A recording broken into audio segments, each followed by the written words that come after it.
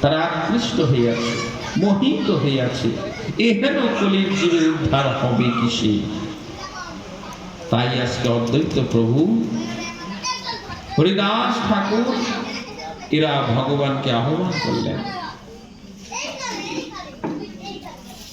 ভক্তের হুঙ্কারে ভগবান আজকে গোলাপ বৈভাবে থাকতে পারেননি, ছুটে তাকে নেমে আসতে হয়েছে। ছুটে নেমে এসে জগৎজিৎকে কৃষ্ণ প্রেম ও ভক্তি দান করলেন।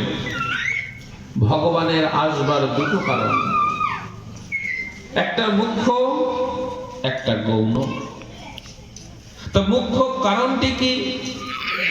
বৃন্দাবনে মহাভাব স্বরূপিণী রাধা ঠাকুরানীর প্রেমরী শোধ এবং ভক্তরা ভগবানকে কিরূপ ভালোবেসে সুখী হয় এবং ভগবানের মধ্যে আছে কি, এই তিনটে ভাব আস্বাদন করার জন্য নদিয়ায় গৌর হয়ে এসেছেন।